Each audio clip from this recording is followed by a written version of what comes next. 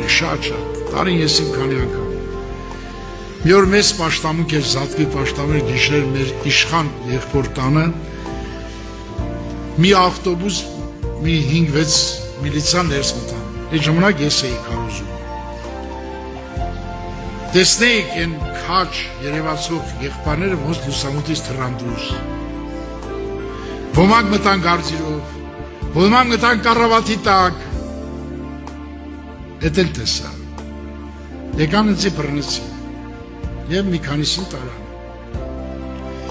Հիմի ինձի քարոզիչ են բռնել։ Որոշել են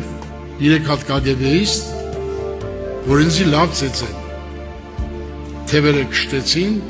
միլիցիայում նստած են այդ կագեբեիստները, տարան։ Ասի ինչ ասեմ սրանց, որ կարանան փրկվեն։ Թե չէ սրանք թևերը կշտել ինձի լավ կծեծեն, մեռնելու հաշճան կծեծեն։ Ասի բայց իմիջալոց Վլադիմիր Իլիչ Լենինը, չեմ ասում Լենինը, Վլադիմիր Իլիչ Լենինը շատ զորավոր խոսք ասել հավատացյալների մասին։ Ասեց ինչ ասել, տղա ջան, ասեց դրանամ ինչ ասել,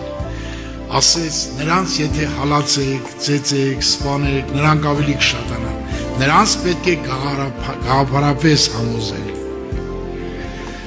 Սրանք թևերի չծրին, ասին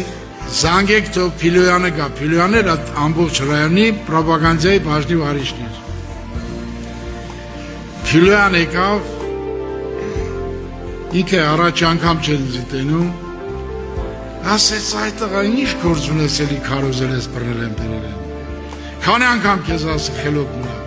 Վերջը մի կես ժամ ճար կարդաց գլխիս, ասեց արա ինչքան աղմախ ես դու։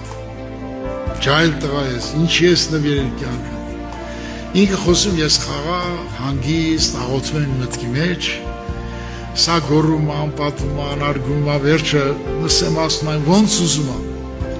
Ես խաղա, նենց ներսով, լրիվ խաղա և ուրախ հոգով։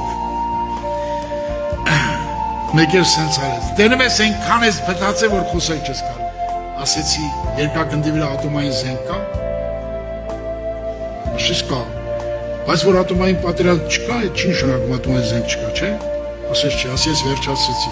Մեկ է 3 կագեբեստներ հասկացան ինչ ասին 1-0 օգուտ Պավելին։